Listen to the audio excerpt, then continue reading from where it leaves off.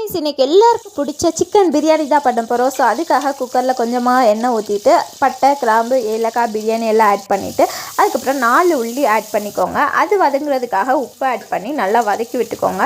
அப்புறமா இஞ்சி பூண்டு பேஸ்ட் ஆட் பண்ணி உள்ளி கோல்டன் ப்ரௌனாக வதங்குற வரைக்கும் வதக்கிட்டு அதுக்கப்புறம் நம்ம வந்து 3 தக்காளி ஆட் பண்ணியிருக்கோம். தக்காளியும் நல்லா மசிஞ்சு நல்லா வேகணும். அப்புறம் தான் மசாலா ஆட் பண்ணணும். நான் இன்றைக்கி 2 மசாலா தான் ஆட் பண்ணியிருக்கேன்.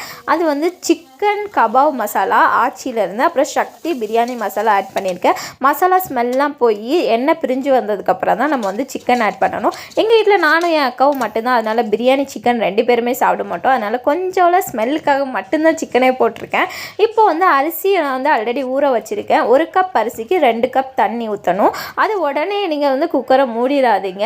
அது வந்து மேலே வெந்து வர வரைக்கும், மேலே அரிசி தெரிகிற வரைக்கும் லோ ஃப்ளேம்லேயே வச்சு குக் பண்ணிவிட்டு ஒரே ஒரு விசில் விட்டால் இந்த மாதிரி உதிரியாக பிரியாணி ரெடி ஆகிடும். சப்ஸ்கிரைப் பண்ணிடுங்க.